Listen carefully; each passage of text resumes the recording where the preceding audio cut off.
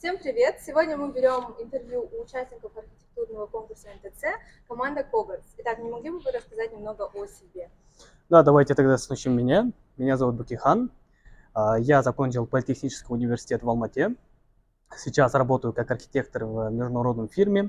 Работаю над разными проектами, начиная с жилых комплексов, школы, технопарки и так далее. Также мы вот с другом вместе основали такую некоммерческую компанию, называется Когартс. В нем мы занимаемся разными проектами, вот то же самое, включая разные конкурсы, как Open Space. Меня зовут Бексултан, и я окончил бакалавр архитектуры в Политехническом университете, то есть от Pipe University.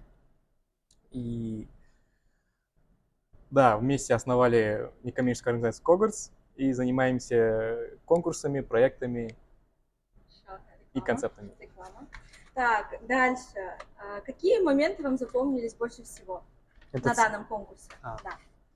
Ну, больше всего запомнилось это как раз таки вот такие, получается, воркшопы, можно назвать, да, когда рассказывали про зеленые технологии, когда начали рассказывать про разные, скажем так, про ораторство и так далее. То есть это бывает очень редко, потому что конкурсы обычно как?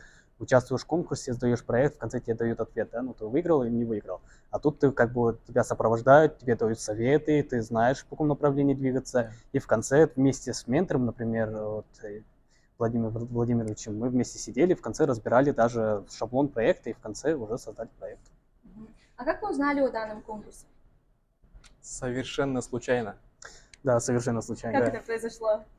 Ну, честно скажу, мы в проектах не особо участвовали, именно казахстанских, это были международные проекты, и подумали, а что, почему бы не поучаствовать как бы именно в казахстанских конкурсах, ну, как бы посмотреть, да. Немножко заинтересовал именно сайт, он хорошо был оформлен, мы подумали, что а почему бы нет, да. Немножко сложно было с регистрацией, но при этом в конце разобрались с помощью вот вас, да, Алтын, вы нам рассказывали, что и так далее нужно сделать. Мы это все сделали, прошли, посмотрели. Вот. Самое запоминающее было, конечно, это было, когда тебе сказали 7 дней у вас осталось сдачи проекта, типа, мы подумали, 7 дней весь проект, типа, как это можно сделать? Что? Вот, типа, опа, да. И потом в конце мы поняли, что, оказывается, это нужно просто свой пример работы показать, что ты успел сделать, да. И в конце мы это отправили, они посмотрели, вот как раз менторы все, и они сказали, вот вы проходите на второй тур. Во втором туре уже более активности начались, вот Пекс знает, если хочешь, можешь рассказать немножко про это. Ничего не помню про второй тур. Хотя прошло полгода. И... Наши тренинги по зеленому строительству, Да. зеленой технологии. Да. Да? Вы помните об этом, да? Нет, мне просто больше хочется рассказать о организации за полгода. То есть все-таки прошло полгода, они все пули пролетели. Но организация просто... Вот. Вы нас лелеяли, охраняли. Классно. Что вы вообще знаете о компании HT Global? Абсолютно ничего. Не слышали Нет, никогда? Вообще. Вот, допустим, после того, как вы начали участвовать, даже не search? Нет. Ну, мы немножко посмотрели, да, как только уже как бы начали участвовать, начали как бы малый ресерч делать. Мы поняли, что это недавно открывшаяся какой-то, получается, тоже организация, которая нацелена на молодежи, на студентов, продвигать их, да. Просто я тоже знаю, что в Казахстане бывает часто, что люди есть, вот, студенты есть идеями, но они не могут это реализовать. А как раз таки вот такие компании как бы сопутствуют и помогают тебе выйти немножко наверх, да, я бы сказал бы. Вот. И мне показалось, именно компания показывает себя именно в таком ключе. А какие вот сложности у вас были на протяжении всего конкурса? Ну, сложности только это наши личные. То есть мы, да, сопоставление времени. Да. Ну, это, знаете, это когда ты работаешь, и тебе нужно делать одновременно проект по вечерам. Это немножко сложно, потому что бывает случай, ты устал, а тебе надо проект закрыть, у тебя есть дедлайн. Дедлайна, например, ты не можешь как бы превысить, поэтому нужно было иногда как бы выходные работать и ночью. Ну, скажем так, это по сути архитектурный процесс. Все архитекторы работают днями, ночами, это норма уже. Классно то, что вы поделили дедлайн на очень много мелких частей. Да, мы приучили себя, мы приучили себя к тому, что дедлайн он один, и все, там надо все, то есть мы все. Все, хорошо.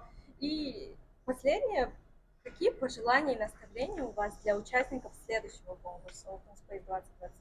Я бы начал бы с организации сначала. я бы посоветовал бы именно организации побольше как бы анонсировать, да, то есть это было вот очень узкое, то есть это очень случайно то, что мы с другом вместе попали, это было реально случайно. А если бы выставлялись бы, ну, как бы более как бы обширно, да, чтобы все знали, да, не только там КазГУ или там Политех или какие-то другие университеты, а именно вся масса, да, не только архитекторы, но и строители, да, вместе, они-то тоже могут все это сделать, почему нет? Вот, я бы именно вот это посоветовал бы. А именно конкурсантам это как раз-таки участвовать именно в таких интересных проектах, потому что это не просто конкурс, как я рассказывал, а как раз-таки именно имеются какие-то вот такие деления, которые именно тебя как бы мотивируют в каком-то смысле даже.